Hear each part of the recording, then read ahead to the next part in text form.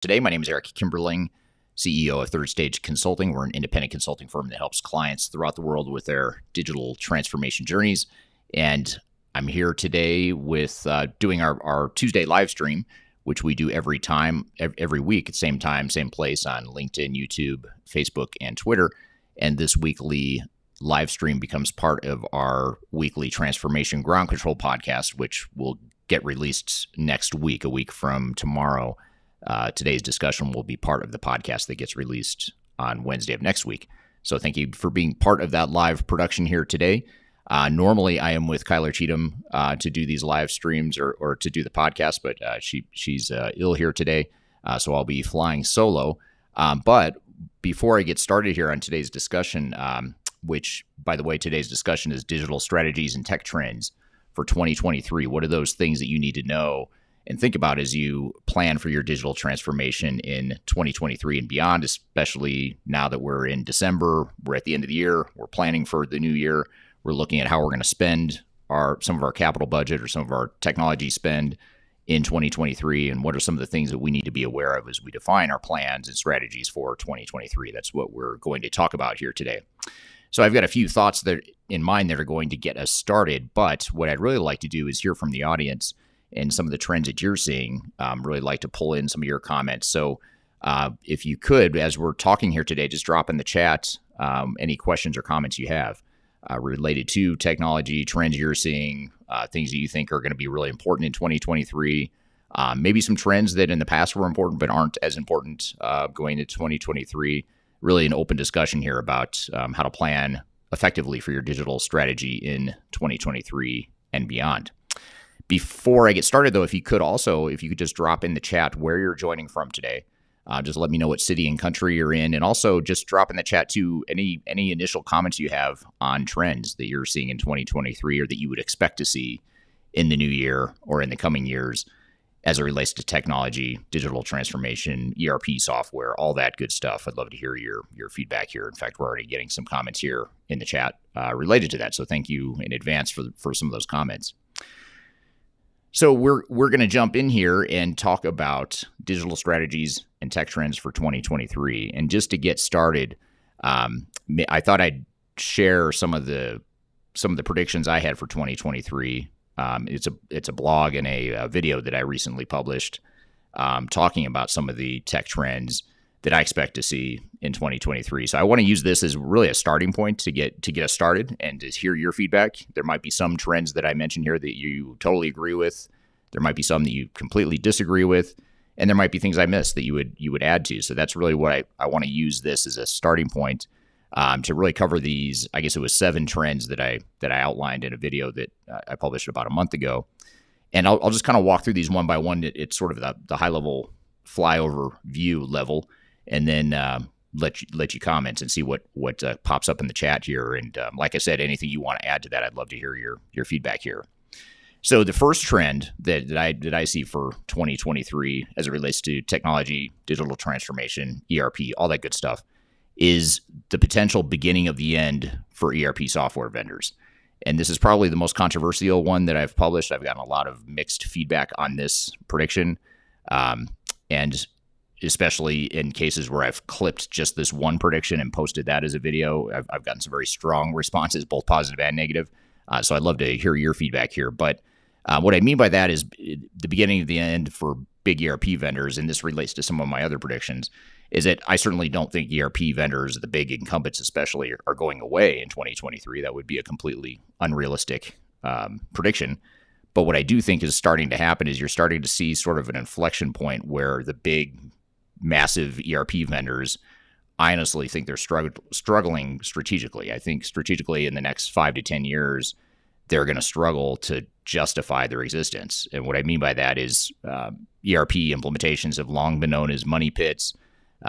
They've long created unnecessary risk for organizations, delivered questionable business value, in some cases negative business value for organizations. Not in all cases, of course, but in many cases, in too many cases, in my opinion. And what's happening now is you're seeing too many alternatives. There's too many alternatives to SAP, Oracle, Microsoft, some of these big enterprise-wide technologies. And I think that's part of the trend or the undercurrent that's contributing to this struggle of ERP software vendors strategically. And so the fact that you have so many alternatives in the marketplace, combined with the fact that we're in an economic recession and or economic softness, depending on where in the world you are and how you define recession, the global economy is not strong right now, generally speaking. And when that happens, when you have a weak economy, companies tend to be a lot more conservative. They tend to be a lot smarter, in my opinion, about how they spend money on technology. And I think that undercurrent, the economic undercurrent and the uncertainty around the economy is leading organizations to really question and to force themselves to validate their spend on technology. And so when that happens, you start to think, well, do I really need a massive ERP enterprise-wide overhaul, or would a point solution, best of breed sort of thing, would that be more suitable? So I think those two undercurrents are really what was leading me to the conclusion or to the prediction that in 2023 and even beyond 2023, you're going to start to see the market share erode for the big ERP vendors. So I'd love to hear your comments on that. Like I said, when I've posted this on this comment on Instagram and TikTok and YouTube Shorts, just that one prediction in isolation, I get some pretty strong responses. So I'd love to hear in the chat what you think. Do you agree? Do you disagree? And certainly I know there's some ERP software vendors that are probably on this live stream that might have some strong opinions as well. So I'd love to hear that as well. So that's the first prediction I have, is beginning of the end for the big ERP vendors. Second one, which is sort of dovetails or ties into that first one, is the rise of open software platforms, including open source. And so back to the point of there being too many alternatives to big ERP systems for ERP systems to continue their dominant lock on organizations, one of the big alternatives that organizations are starting to embrace more and more is open software platforms and open source. And I call those out as two different things, but kind of lumped together, but really they are two different things. When I talk about open source, that's going to be products like ERP Next and Odoo are two examples of open source systems where you can buy the software, you have access to the source code, you can do whatever you want with it. It provides a lot more flexibility than some of the traditional ERP vendors. And then in addition to open source, though, and I think the even bigger part of this, when I talk about the rise of open platforms, is actual platforms themselves. So in other words, rather than investing in a system or an application that's enterprise-wide, it's more focused on focusing on implementing a platform within the organization. So, for example, you look at probably the best example I can think of is Salesforce has their Force platform, which Salesforce is a CRM system, may or may not be a system that your organization might benefit from. But what Salesforce also provides is the Force platform. And the Force platform allows third-party developers to create variations or add-ons to Salesforce to provide other types of functionality. So theoretically, you could actually get a full-blown ERP solution in the Force platform, because you could start with Salesforce as a CRM application, but then you can add your Financial Force and other financial types of systems. There's Rootstock, that's sort of a manufacturing application built on the Force platform. So a lot of manufacturers might look at Rootstock as a application they might deploy on that platform. And those are just a few examples within one platform that I'm talking about here, which is the Salesforce Force platform. But there's others as well. And so I think that rise of open software platforms is something we're going to see more of. It provides more flexibility with integration tools the way they are and development tools the way they are and the way they've advanced in recent years. That certainly has provided a lot more feasibility to that concept. And then so that's the second prediction that I had, second of 7, which is the rise of open software platforms. Third is going to be interoperability and integration.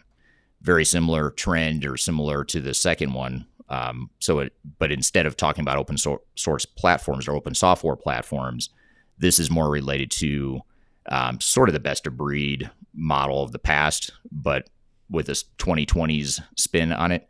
And this would be products such as Palantir, for example. Palantir and Snowflake are two examples of systems that are providing interoperability of systems. And sort of like middleware, sort of like business intelligence that provides analytics and visibility across multiple systems, but but again, more of a 2020s slant to that middleware concept.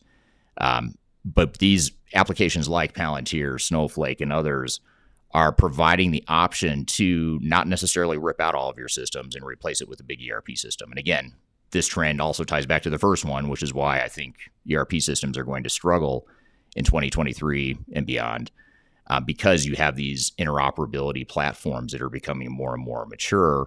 That's going to allow you to either preserve some or all of your current legacy systems, for better or for worse. I'm not here to judge whether or not you should or shouldn't be keeping your legacy systems, but the fact that you have the option to do that, rather than necessarily replace all of your systems, is something that is emerging as a technology. So that interoperability and integration, the flexibility it provides, is a third prediction I have. Fourth is a focus on supply chains. So when we look at digital transformations, more so now than any time in my career, the focus really is on how do we improve and optimize and streamline and maximize our supply chain and provide better supply chain management for organizations that are struggling to keep up with demand or to predict demand and that sort of thing. So that focus on supply chain management, especially for manufacturing, distribution, supply chain intensive types of organizations, and even, quite frankly, some organizations like healthcare and government, even nonprofits that aren't super dependent on a supply chain or aren't supply chain intensive, they're still focusing more on it because they're having trouble getting the products they need to run their business. And so effective procurement, logistics, supply chain management becomes important to even non-manufacturing and non-distribution types of firms. So focus on supply chain management is a fourth trend and prediction that we see for 2023. Fifth, and this is something we're already seeing, this is actually sort of an easy prediction. And in my defense, though, I made this prediction before all the mass layoffs really started in the tech space. Although it was starting earlier in the year, it really accelerated here in the last couple of months, the layoffs and downsizing that's happening right now in the tech space. But the fifth prediction I had related to that is that there will be labor disruptions, both in terms of when you go to find a tech partner and an implementation partner, finding a partner that has the right resources and high quality resources is going to become more of a challenge, because there just are labor disruptions through layoffs and attrition across the industry. So that's something to be aware of as well, is that the third-party labor disruptions that might affect you as you're working with an implementation partner or software vendor, but also internal organizations that are trying to staff a digital transformation or an ERP implementation are going to struggle with that. They're going to struggle with having the right resources and having the committed resources that they can dedicate to the project the way they need to, because they themselves internally are oftentimes downsizing or on hiring freezes, are running pretty lean without much of a bench. And so that's going to contribute to those labor disruptions. So that's another prediction or challenge we see in 2023, is the labor disruptions, both internally and externally to the organizations. The sixth prediction I have, and then I'll get to the seventh, and then I'm going to turn it over to the audience here. I have a ton of comments and chats coming in, so I want to turn to the audience pretty quickly here. But the sixth prediction I have is an increase in transformation failures. And I really think this one is going to accelerate pretty dramatically in the next 2 to 3 years. I think we're already seeing in our expert witness practice, we're already seeing a pretty significant spike in demand for expert witness services. Reason I bring this up is because that's an indicator to us that there are a lot of failures happening in the marketplace. When we see more demand from lawyers reaching out to us to be expert witnesses to testify in court for a lawsuit related to a digital transformation or an ERP project, that suggests that the failures are increasing. And it's not just that on the surface. It's more of a symptomatic indication that there's failures happening and accelerating in the marketplace. But what's even more significant, in my opinion, is that with the mass transition to the cloud, so in other words, software vendors that are sunsetting old on-premise systems and essentially forcing customers to get off their old systems and migrate to a new cloud solution, with that mass migration that's happening in the marketplace comes accelerated risk. And the reason for that is because anytime an organization is forced to go into a digital transformation without a really good reason other than the software vendor is forcing them, to me, that's a recipe for disaster, and that's a recipe for extremely high risk transformation. And you multiply that by the exponential increase in organizations that are being forced in that situation. I think you're going to see a lot more transformation failures. The other thing that I think will contribute to transformation failures is the labor disruption trend that I just talked about a moment ago. The fact that there are labor disruptions both internally within organizations going through transformation as well as with their implementation partners, that's going to make it more difficult to be successful and to be effective in a digital transformation. So watch for those transformation failures to increase.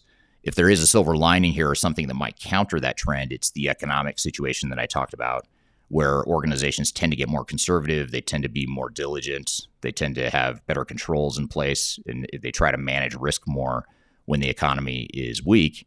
That undercurrent could actually counter that trend and maybe force some discipline into organizations and project teams that might help mitigate this risk a bit. But overall, I think the net result will still be that we'll see an increase in transformation failures. It might be just not as bad as it would be otherwise, because organizations presumably will be more diligent and disciplined about how they go about the transformations. And then my seventh prediction for 2023 is that customers will do more due diligence as part of their transformation. In other words, I'm seeing a trend already where organizations aren't just sort of throwing Hail Mary passes, just blindly following a software vendor because they believe that's the right answer, and then blindly following a system integrator that tells them how the project is going to be. What we're seeing instead is organizations are being more cautious. They're being more careful. It's leading to longer sales cycles for software vendors, which they don't like, but it's leading organizations to be more deliberate, work at a more deliberate pace, at a more measured pace as they go through their transformations. And that is, in my opinion, a good thing. So this is probably the most positive trend that I see of the 7 that I have here, at least in the short term. I think it's a positive trend that there's more customer due diligence, a focus on risk mitigation, a focus on project controls, a focus on benefits realization and ROI. You're just seeing more of that now. And I remember in 2008, back when the financial crisis happened globally and the economy globally was in a recession and had a lot of issues. I remember the same thing in 2008, 2009, 2010. In that era of ERP and digital transformation, organizations were a lot smarter. They were just more focused on due diligence. They just did their homework. They didn't blindly follow software vendors. They didn't just trust a system integrator to take over a project completely. They took more ownership. They took more control. They asked questions. They mitigated risk. So I think that's an important thing to keep in mind. So those are my 7 predictions. But again, I'd love to hear your comments. Are there any there that really resonate with you that you think, hey, yeah, that's something that I would see? Or is there anything here that you think that's just so far off base, not at all what you would expect to see in the coming years? And I don't have all the answers, and I'd love to hear counterpoints. So I'd love to hear any counterpoints you might have. And certainly if there's anything I missed, is there anything you would add to this list as far as predictions? That's really what I want to get to next as we turn to the audience here. But first, before I get to some of the chat or some of the questions that have already come in about trends and some of your comments related to that, I want to thank those of you that dropped in the chat where you're joining from today. We have Ryan from Denver, Khalid from Washington, D.C., Tom from Montreal, Canada, Daniel from Grand Forks, North Dakota, James from Hereford, UK, James from Union, New Jersey, Brent from Baja, Mexico. I'm just going to call you on YouTube. Yuzor Chikwa from the UK. I apologize. I'm sure I completely butchered that. Someone else from the UK. I can't see the name, though. Malcolm from UK, someone from Brazil, etc. So thank you all for dropping in the chat.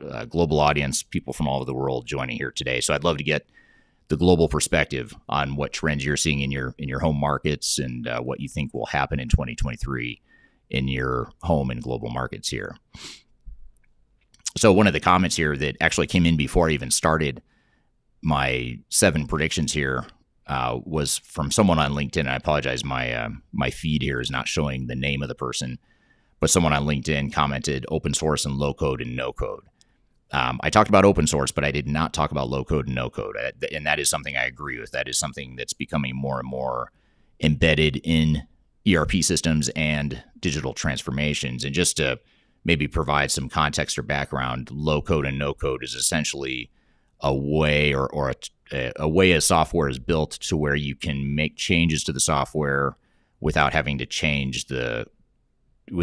materially change the source code and do heavy development. So it's sort of like custom configuration. So in the past, you had configuration, which is your basic setup of the software, and then you had customization. And customization is where you go in and do some pretty significant changes to the code, and you're actually developing software within the platform. And in the past, you sort of had this black and white answer. Either you configure the software to do what you want it to do, or if that isn't enough, then you customize the software. But what low code and no code does is sort of provides more of a middle ground to where, yeah, you're doing maybe a little bit more than your basic configuration, but you're also not doing these mass changes to the software that are risky and create other technical challenges oftentimes. So that low code, no code thing is a big buzzword. A lot of vendors are using it. Some vendors are more mature than others in their low code, no code tool set or approach. But that is something that the market is clearly demanding, and something that I think will become more relevant as well. And I totally agree with that comment. So thank you for that. I also want to turn to Brent on LinkedIn has a great comment, something we haven't touched on yet, which is greater AI adoption. And in my trends, I sort of looked at a real macro strategic high level. I didn't dive into specific technologies other than what I said about interoperability and some of the open platforms. I didn't really dive into some of the point solutions or some of the real specific technologies that I think will be relevant. But I do agree that AI adoption will increase. I think that's something that organizations are just still trying to learn and figure out how AI works and how it could change their business models. I also think organizations are still struggling with trying to figure out how they can get the right data and the right accurate data into their AI models. And so there's a lot of legwork and a lot of foundational type of work that organizations need to do before they can get to greater AI adoption, primarily on the human side and just the human understanding of how AI can help their business, but also on the technical side, just making sure that the data models and the data that organizations have can support these AI models. And unfortunately, so many organizations have data that's corrupt or dirty and not accurate that it creates problems with AI models. So I think that's a potential roadblock or barrier or a slowing of adoption of AI is the fact that organizations have these human issues and these data issues. But I do think that is something that's going to become more and more common as more AI technologies are out there. ERP vendors are already starting to bake AI and machine learning into their core applications, as are other CRM and HCM, HR types of technologies. So I think that AI adoption, I agree with that. That's going to be definitely a emerging trend here. So just rolling through the comments here. Thank you for all the great comments. I'm actually having trouble keeping up with them, so bear with me as I try to read and comprehend all of them here. Just to build on the last comment, Ryan on LinkedIn says that AI seems to be one of the super hot trends lately. Art, ads, marketing, etc. And that's a great point that Ryan brings up, is that, I've been talking about AI so far in the context of enterprises and how enterprises might leverage AI to better predict demand, or how to better predict the skill sets within the organization that are going to most contribute to success for the organization. Things like that, more of the enterprise types of functionality. But I think the real tipping point is going to come because of what Ryan mentions here, which is that you see art, you see ads, you see marketing, other uses of AI more at the consumer-facing level, that I think that's going to drive adoption potentially more than anything. It's sort of like when you think back to the user interfaces 10 or 20 years ago of ERP systems, they were pretty horrendous. In fact, a lot of organizations are still using those old technologies that were pretty horrendous in their user interfaces. And what really changed that, and the tipping point, in my opinion, for enterprise technology providers was Facebook and some of these social media companies, Facebook, Twitter, for example, Instagram. Those social media companies sort of created an expectation at the consumer level of what technology should look like. And ERP software vendors quickly followed suit, and they quickly tried to mimic the look and feel of social media. And they're still trying to do that. And so I think the reason I bring that up is because I think you're going to see the same thing in AI, is that I think it might be the consumer level that really drives adoption of AI, and then enterprises sort of lag behind that and eventually adopt because at the consumer level or at the individual level, people are using and understanding AI better. A great example of this is a trend that I've hopped on recently on social media is the AI facial recognition and being able to create emojis or pictures of yourself using AI. And it's really cool. There's really cool applications like Lenzo is the one that I used. It's where you can take a bunch of pictures of yourself, real pictures of yourself, and the AI will create a bunch of just alternate sort of artwork and fake pictures, if you will, of yourself. And it's really good. It's really powerful. And so that's just one example where a lot of consumers are starting to see Lenza and other AI types of technologies at that consumer level. Might be totally irrelevant to enterprises, at least on the surface, but it's important because as people get more comfortable with AI at the consumer level, you'll start to see organizations follow suit because it's those same individuals that are using it at the consumer level that will eventually figure out how to use it at the enterprise level. So that's a great point, Ryan. So thank you for that.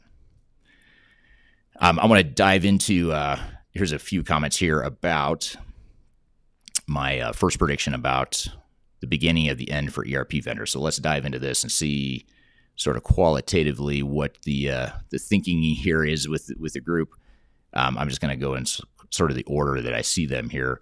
But Brent over on LinkedIn makes a comment that big ERP promises everything and delivers nothing but headaches for users. That's something that I think those of us in the ERP space that have been here for a long time have seen plenty of in our time, and myself included.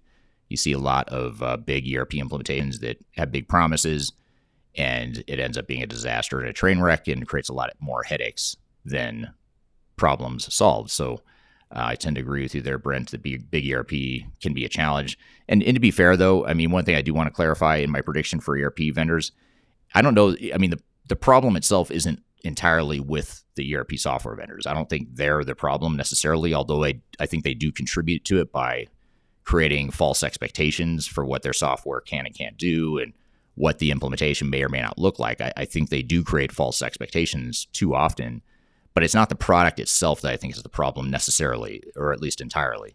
I think a lot of it is just how organizations manage these projects and how the system integrators manage the projects. People and organizations just simply aren't good at deploying ERP technologies, big enterprise-wide integrated enterprise technologies. Even if it's the right answer for your organization, organizations just aren't good at it in general. And that includes the software vendors and their system integrators. They're not that good at it either, to be candid. If you were to look at, kind of across the industry, there's just too many vendors and VARs and integrators out there that really, in my opinion, don't know what they're doing. And you wonder sometimes how they manage to be in business as long as they have, and how they haven't managed to get sued more often than they have. But that's an interesting perspective, Brent, so thank you for that.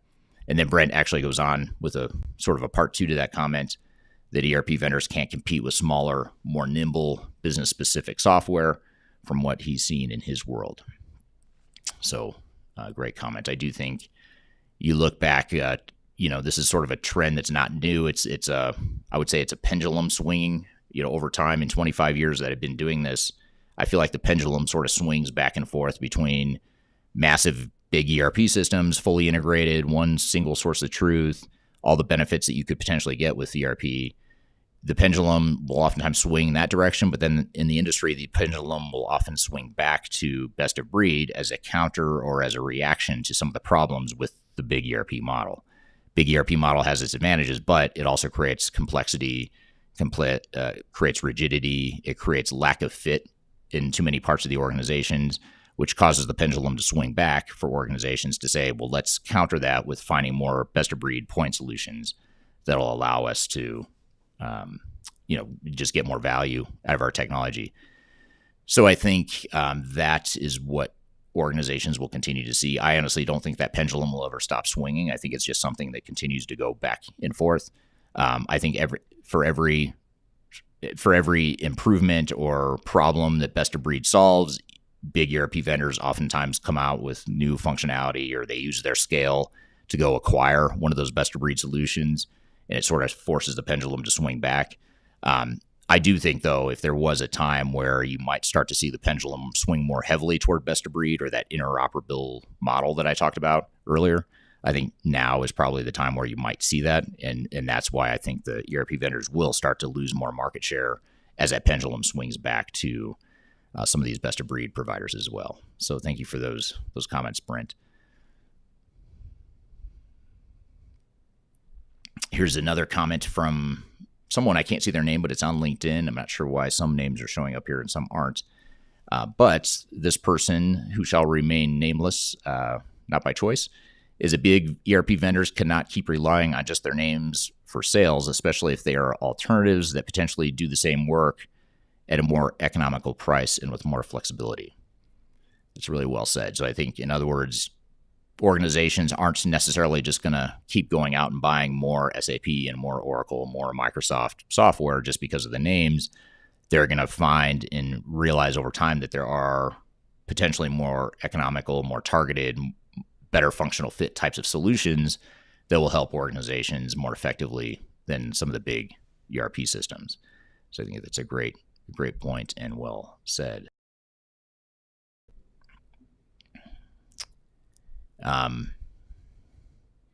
Ali on LinkedIn says, absolutely, the future of digital platforms. So he's agreeing with the digital platform comment. Thank you for that.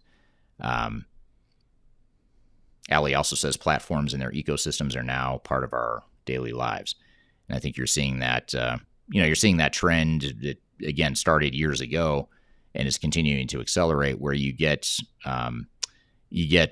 companies like 20 years ago, you had Salesforce and Workday, Salesforce on the sales and CRM side, Workday on the HR and HCM side of technology, where they weren't trying to be everything to everyone. They just came in with a disruptive solution that did their little area or the little functional part of the world. They did it really well, and they did it better than a lot of ERP vendors. And then they started to disrupt that part of the ERP space.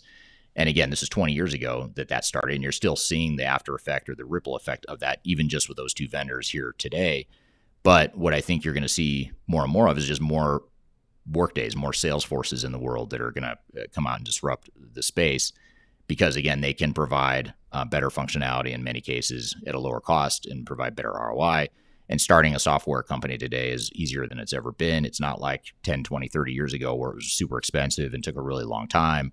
With technology tools and development platforms the way they are, and even the options you have to write a solution from scratch or to write a solution on another platform like the Force platform that I talked about, or even NetSuite, for example, is providing third-party development options now. So software vendors are moving that direction towards providing more platform types of options, which is further lowering the barriers to entry for software developers and potential software vendors in the future, which means more competition, which means more options, which means ERP vendors now have more to compete with, and there's more better answers potentially than the single big ERP systems.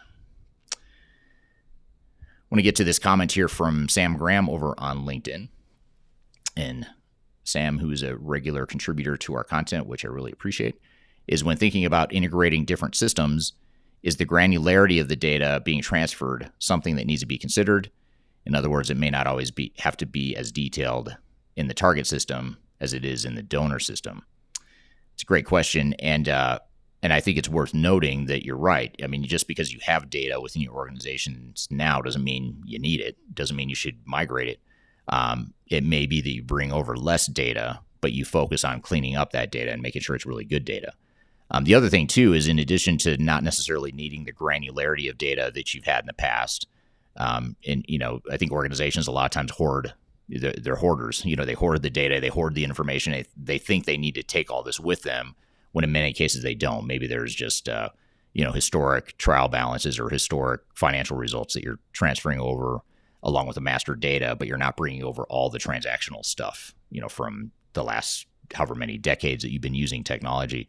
So I think it's a great point that you have to question that, but you also have to question, is there data, third-party data or other data sources that we could be leveraging, particularly when we think about AI and machine learning.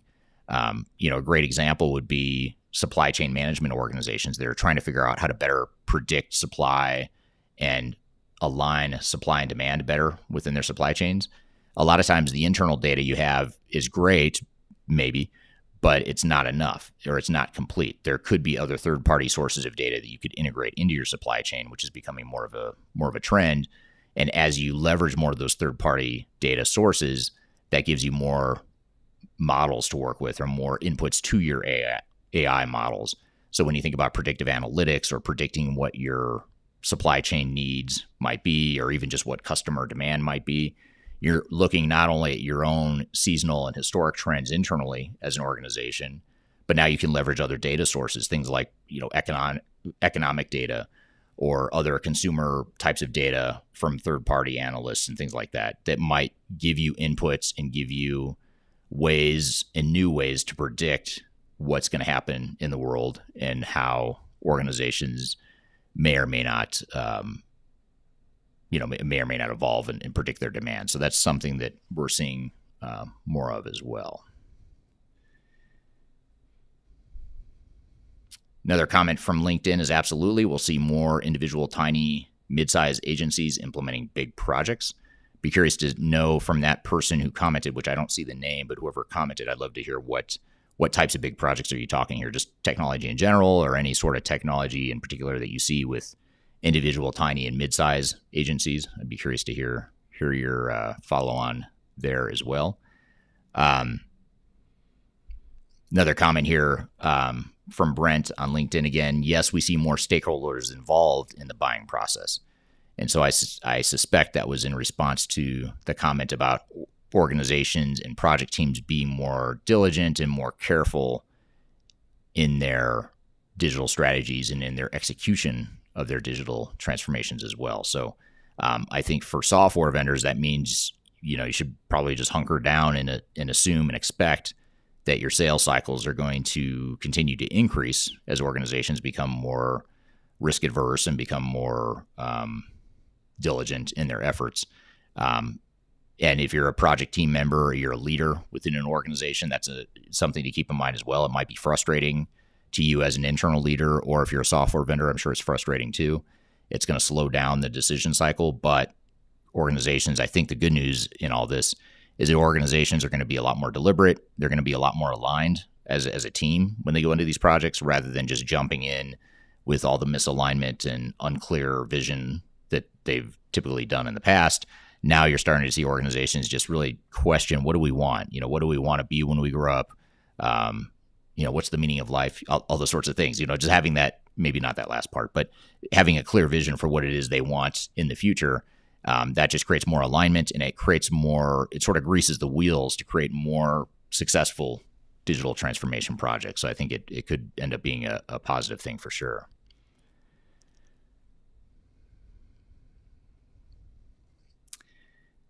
Here's a really interesting question from Malcolm on LinkedIn. Let me see if I can fit the whole question here. It looks like most of it I can fit.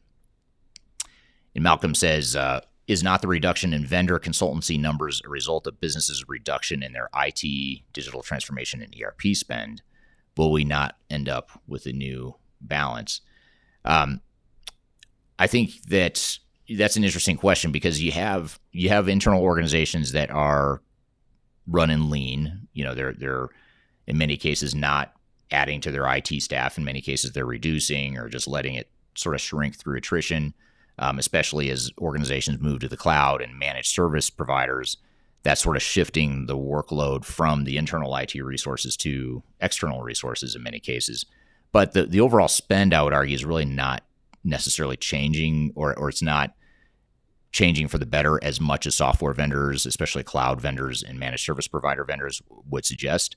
I mean, they're going to tell you you're going to reduce all these costs, but really what you're doing in many cases, you're just shifting those costs from internal costs to costs that you're spending with the vendors.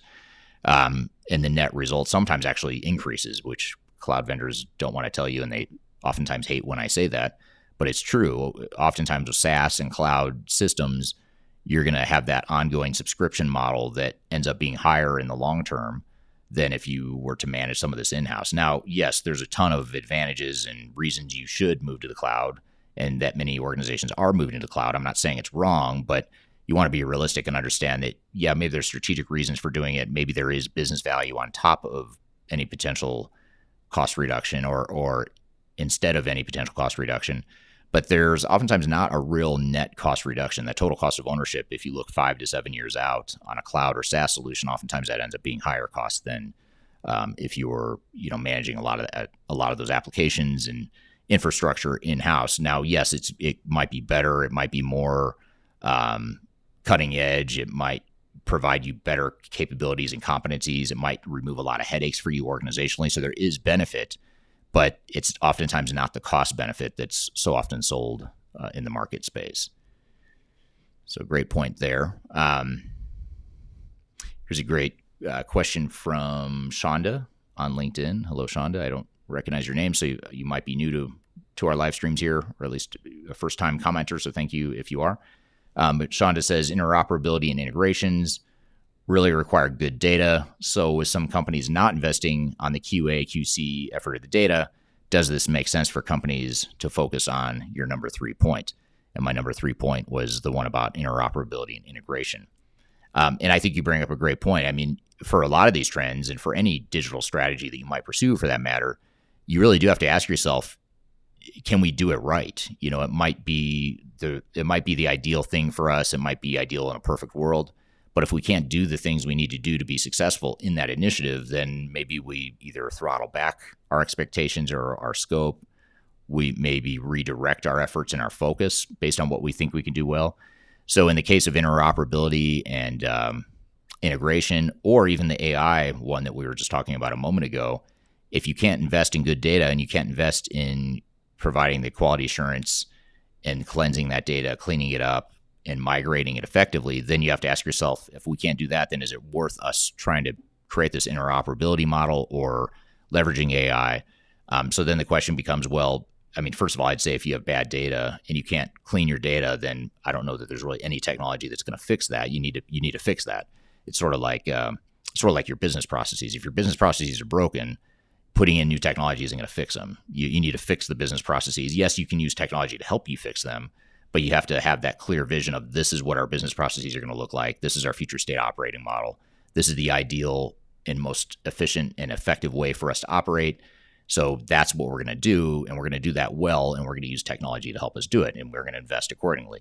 Now, it's the same thing. If you can't invest and you can't commit to improving your business processes and really defining what you want your processes to be, then you have to ask yourself, is it worth going through this exercise of a massive transformation, which might end up creating more headaches and actually undermine business value if we're not able to invest in some of these things? And so that's a really good point, Sean. I think that to do any of these initiatives, really, I'd actually expand your point to any sort of technology. You need to have good data.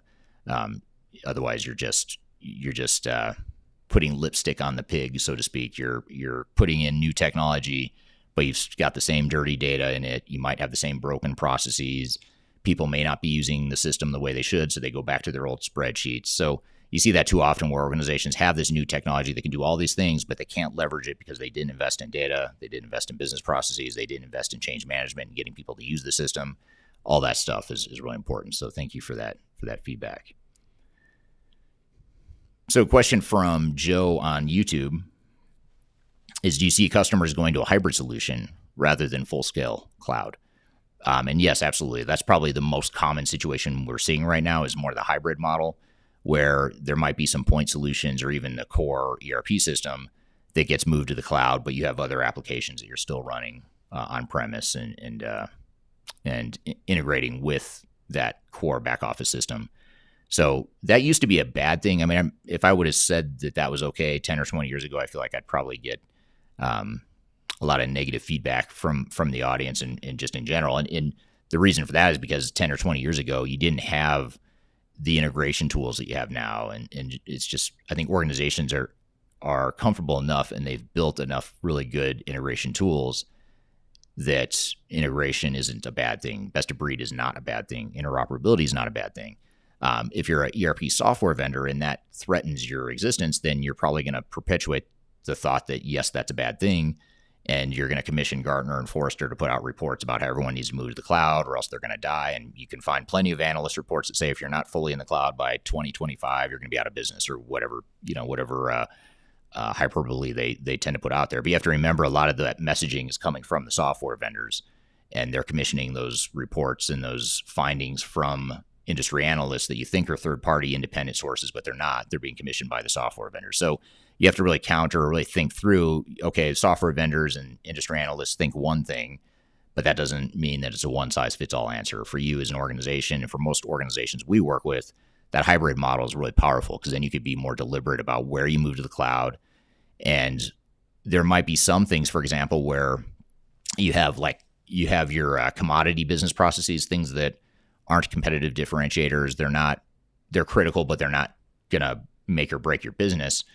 In those cases, oftentimes you can sort of outsource that and move that sort of functionality to the cloud, just adapt to whatever capabilities are available in the cloud, and that works fine. But when it comes to some of your customer facing or your product specific or your service specific types of technologies that really differentiate you as an organization, that might be more of a candidate to preserve either on-premise, or the other option is you have hybrid cloud as well, where you could have those applications in the cloud, but it's more of a private cloud rather than a public cloud.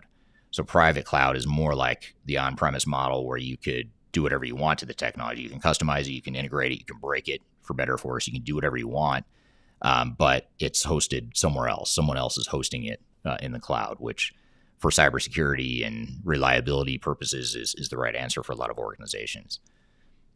So I think that the hybrid model and the options, I think, are really important to consider, because too often organizations are hammered with this messaging from the market that you have to move to the cloud, you have to move to a single ERP system, or whatever the trend of the day is.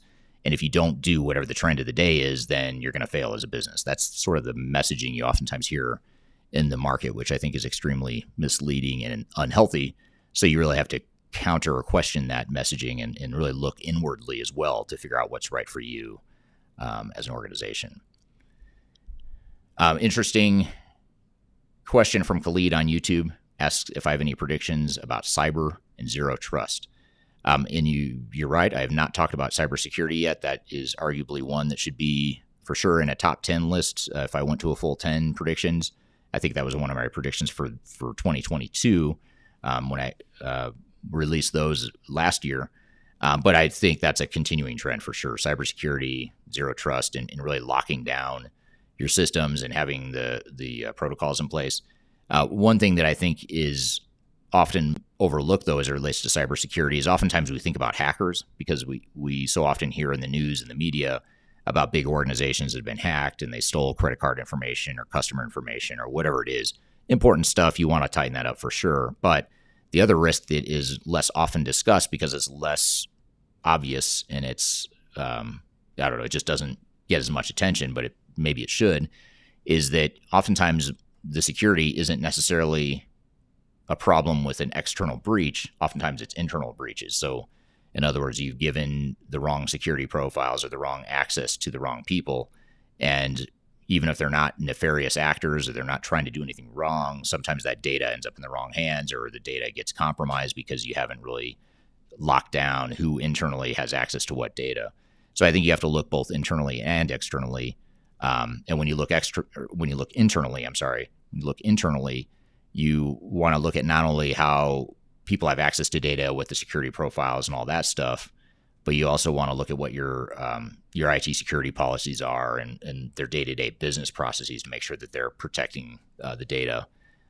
By they, I mean their employees. You want to make sure they're protecting their data as well throughout their life cycle.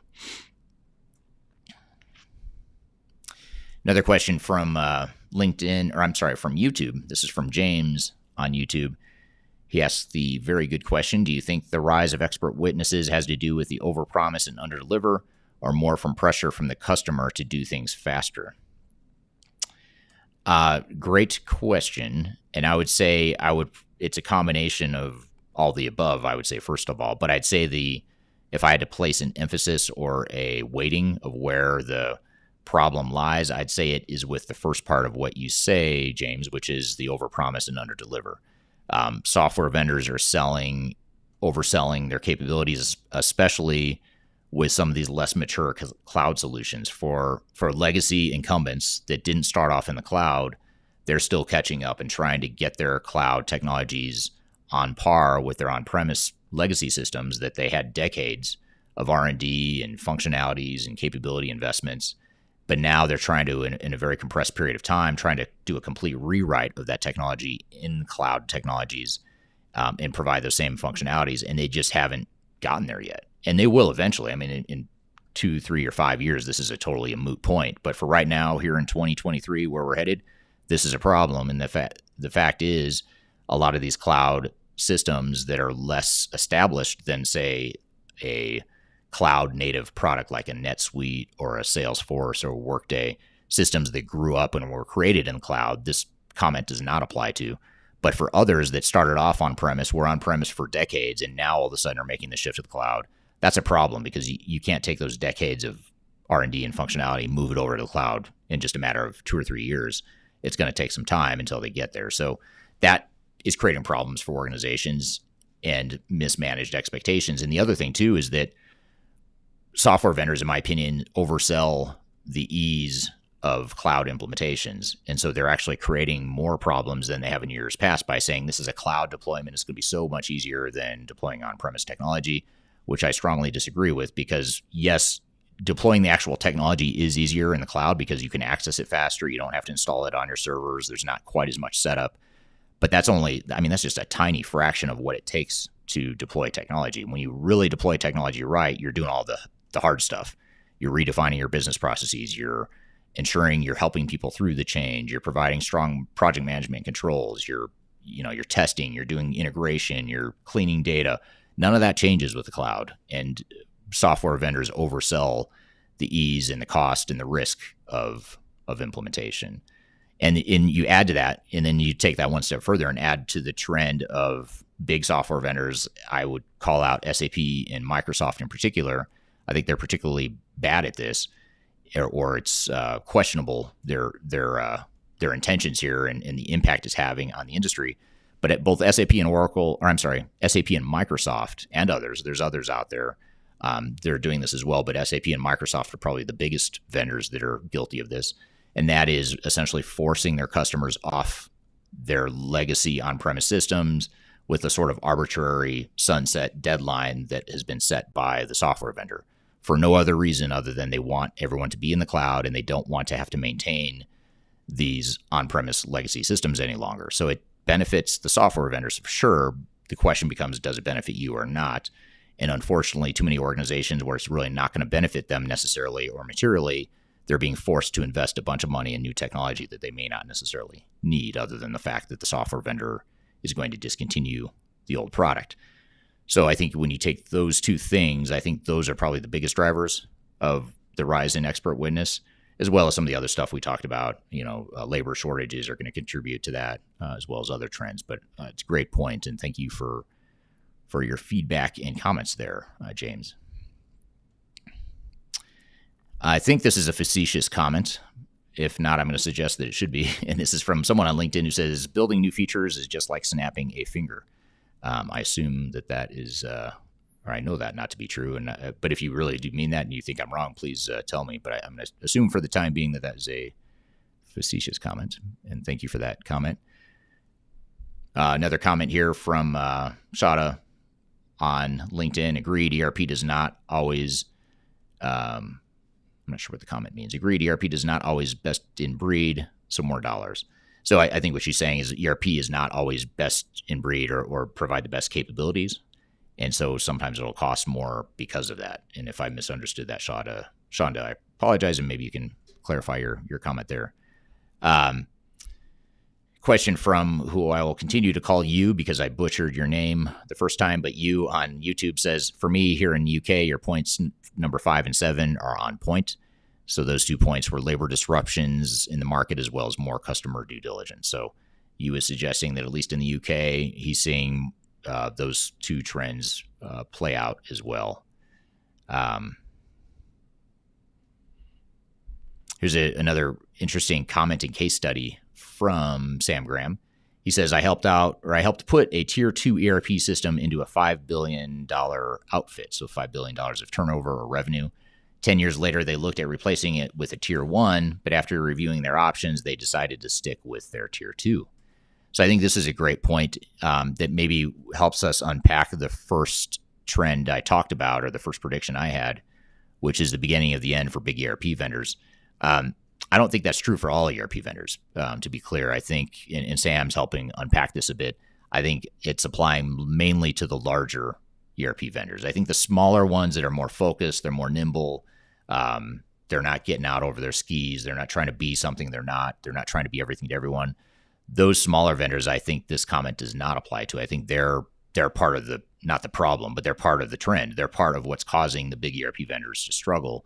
And I think they will continue to be a thorn in the side of the big ERP vendors. So when you look at even companies like NetSuite, I think NetSuite is really disrupting the space since they've been acquired by Oracle, because they're really aggressive. If you look at what they're doing, they're very aggressive in the small and mid-sized market, and they're very effective. In some cases, I would argue they're too effective, and they're overselling their capabilities, but they're disrupting sort of the big ERP model and providing a lower cost option for the mid-market and smaller organizations. And even more so when you look at manufacturing specific solutions, like, if you look at DCOM or Acumatica, for example, even Epicor, which is a more established vendor, been around for a long time. Those are just good examples of targeted, relatively focused solutions. They're probably going to keep doing what they do really well, and they're going to go deeper into their focus area, while the ERP vendors are struggling to keep that breadth and that sort of mile wide, inch deep approach versus going deep into one area. And again, I think there's always going to be a pendulum swing. There's always going to be a case for and against either model.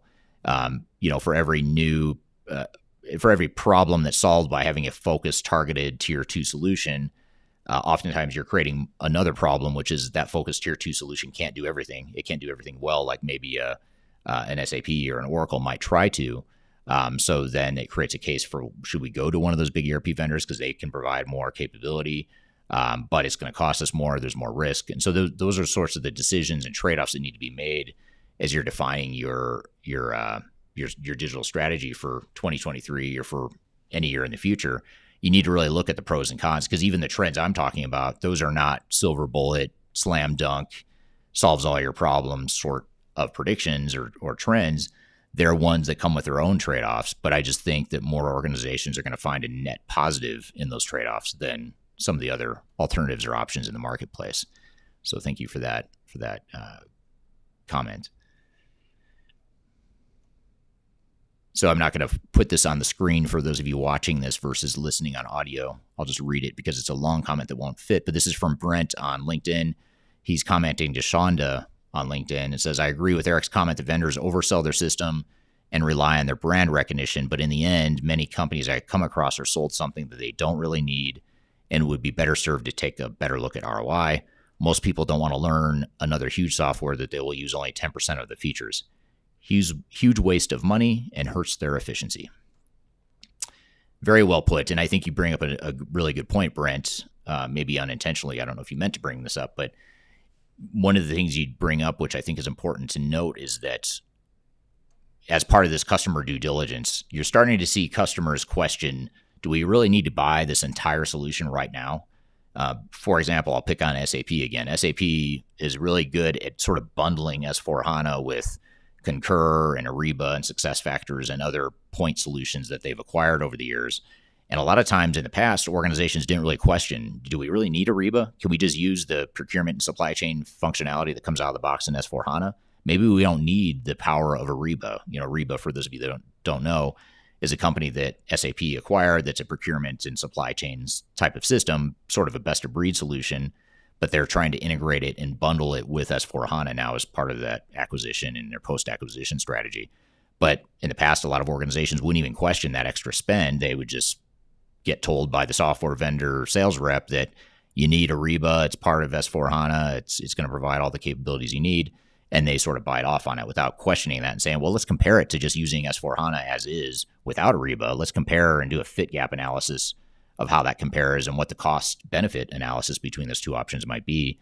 And so you're starting to see more organizations that really not only are diligent about what vendor they pick, but once they've picked a vendor, being real deliberate about which modules they buy, how many licenses they buy, when they buy the licenses. One of the biggest things that drives me crazy is when software vendors give you a really sweet deal on software licenses to buy hundreds or thousands of licenses that you're not going to use for 2 or 3 years until you get done implementing the solution. And in many cases, you never get to the go live because something happens. You cut scope, or you put parts of the project on hold, or God forbid you cancel the entire project, but you're stuck with these licenses that you bought, presumably getting a sweet deal, once in a lifetime sort of deal, that you end up feeling like you have to buy the software. So I think organizations are becoming smarter to that, but I think they still could be a lot smarter than they are as it relates to that. I'll pick just maybe one or two more comments. We could probably go for another hour or three on this. This is really interesting stuff, and quite frankly, one of the more engaged live streams audiences that I've had in months, if not longer. So I appreciate this. Here's a question from Solar. I'm not sure if Solar is the name of an individual or an organization, but over on YouTube, talking about Web 2 apps bridging to Web 3 apps, and it's sort of Web 3.0, for those of you that don't know, is sort of the metaverse. And that's another thing, in addition to AI, I didn't really have anything as it relates to metaverse and Web 3.0. But it is something that's emerging quickly. And in fact, next week's live stream will feature someone who is focused on Web 3.0 and metaverse. So we'll sort of dive into that topic a bit more in next week's discussion. But in next week's podcast as well, you'll hear that discussion. But metaverse is something I'm on the fence on, to be honest, at least in the short term. I'm kind of looking and watching to see how it evolves from a business perspective. I feel like the consumer use cases are more plentiful, but when you talk about business use cases, there are plenty of them that are emerging, but it's still not getting that widespread acceptance. The other problem I have with metaverse kind of ties into a lot of what we've been talking about here today, which is organizations have enough trouble implementing a basic financial and inventory management system, for example. If an organization can't implement effectively a financial and inventory management system or a CRM system or whatever, if you can't do that well, then you're not even going to think about a metaverse sort of, swinging for the fences sort of technology, or at least you shouldn't be. So I think it sort of gets back to basic blocking and tackling and being able to do the fundamentals of digital transformation. Once you've gotten a certain level of maturity, then yes, emerging cutting edge technologies like metaverse, AI, and others might be more suitable, but you sort of have to figure out first how do you get the basics in place? And I think that's why I struggle with metaverse, not because I don't like the technology or think it's not a viable technology, but because I question organizational ability to adapt to the metaverse, at least in the short term. So I think what I may do is maybe pull in one last comment here, and then we'll sort of wrap it up. And I want to thank you all for your feedback. This has been great stuff. But this comment here is from Aaron Dam on LinkedIn. And his comment here is, one of the challenges is business tries to hold on to the business processes which were aged rather than shifting to industry best practice and re-engineering the business process. Although businesses invest in digital transformation, business tries to hold on to the custom solution, built-in legacy system, and carry on the same old solution to the new system. What are your thoughts? I think you're absolutely spot on. Too many organizations are simply putting in technology to automate what they've always done. And I think one of the challenges with the industry that we're seeing that's relatively unique or relatively new, although it's not new, it's just the degree to which this is true is accelerating, in my opinion. And that is that technology is changing a lot faster, and it's accelerating its pace of change much more so than organizational and human ability to change. Not because we don't want the technology, not because it's not good technology, but because big organizations, especially, the bigger you are, the more this is true. It's just harder to adapt to these changing technology trends. And because we're human, we like our comfort sweet spots or our comfort zones. We're going to revert back to what we know best and what we're comfortable with. That's going to be sort of the gravity that pulls us back and holds us down is the fact that we're comfortable with the way things are today. We have to go out on a limb if we want to change in the future, and that's hard. And as technology changes and accelerates, and sort of like if you view this is change in general going this way, technology is going like this, and we're just barely moving along, and technology is sort of leaving us in the dust as organizations. And so I think that's what we have to think about is how do we manage that gap that's getting bigger between current state and potential future state. And I think that's why it's important to be realistic. I think it's okay to really just acknowledge who you are. If you're a risk adverse organization stuck in the past and you're using an old green screen AS400, it's time to change, but you're not quite ready to go to AI in the metaverse yet, then don't go to AI in the metaverse. That's probably too big of a jump. It's too risky. It's questionable business value for you at this point. But maybe just more of an incremental change. Just get onto some modern or semi-modern ERP system or semi-modern technology platform and use that as a starting point. Then you start to build on capabilities and build out your digital maturity from there. But too many organizations just try to do too much in too little time. And it's okay to take that incremental approach. I know software vendors, industry analysts, I'm going to keep picking on them, and I probably always will. But the software vendors and industry analysts are always going to push this narrative that you need to change and you need to change now. And consultants do it too. Sales reps do it. Consultants that benefit from you investing and over-investing in technology, they're going to always tell you that you need to change. You need to do it now. If you're not doing it now, you're dying. It's time to stop waiting, swing for the fences, make this big, massive technology investment, whatever. That's noise. That's sales messaging. That's meant to sell more software. That's not necessarily the right answer for you. So I think that's something that really needs to be managed and taken with a grain of salt. When you hear that message of do a digital transformation now and go big or go home, that sort of thing, just set that aside, especially if you're a risk adverse organization, or especially if you struggle with change as it is, then push yourself and try to change. You need to change. I mean, I would agree with the general statement that organizations need to change and evolve in general, but it doesn't mean you need to do these massive technology investments now. It may be more suitable that you do more of an incremental change. And if you're a more risk tolerant organization, perhaps you're a tech company or a high growth, younger company, sure, you can be more aggressive. You can push more change within your organization because your organization can take it. The more established legacy organizations that are using really old processes and technologies, it's just going to be harder for them. And that's just the way the world is, and there's no changing that. So rather than try to create an alternate universe where you can just swing for the fences and everything's going to be fine, just acknowledge the fact you as an organization are risk averse, you have trouble changing, you're stuck in the past. That's okay. Let's figure out how to get you out of the past, but it doesn't need to happen overnight. So probably a great point to leave it. Thank you again for your comments here. Love to hear any other feedback you have, even after the fact. I watch the chats and the streams on these even after we broadcast. So really appreciate any last minute thoughts you might have or anything you think of later on. I'd love to hear your comments here. So I want to thank you all for being here today. Thank you very much. Great conversation. Really appreciate all the great comments and feedback here. You can find this live discussion will become part of next week's Transformation Ground Control podcast, which is my weekly podcast that I host with Kyler. That will be out on Apple, Spotify, Google, Amazon, etc. on the audio podcast platforms. That'll be released a week from tomorrow on Wednesday. It'll also stream to YouTube, LinkedIn, Facebook, and Twitter a week from tomorrow as well. So be sure to check that out. And if you don't subscribe to the podcast, please check it out. It's, in my opinion, a very good free form, long form podcast about digital transformation. We cover tons of different topics every week. So be sure to subscribe and check that out on either YouTube, LinkedIn, Facebook, Twitter, or any audio podcast platform as well. So be sure to check that out. So thank you again for your time. Really appreciate it. Hope you have a great week, and we'll look forward to seeing you next week on the live stream, and hope to see you or engage with you on the Transformation Ground Control podcast as well. Have a great week, and we'll see you all soon. Take care.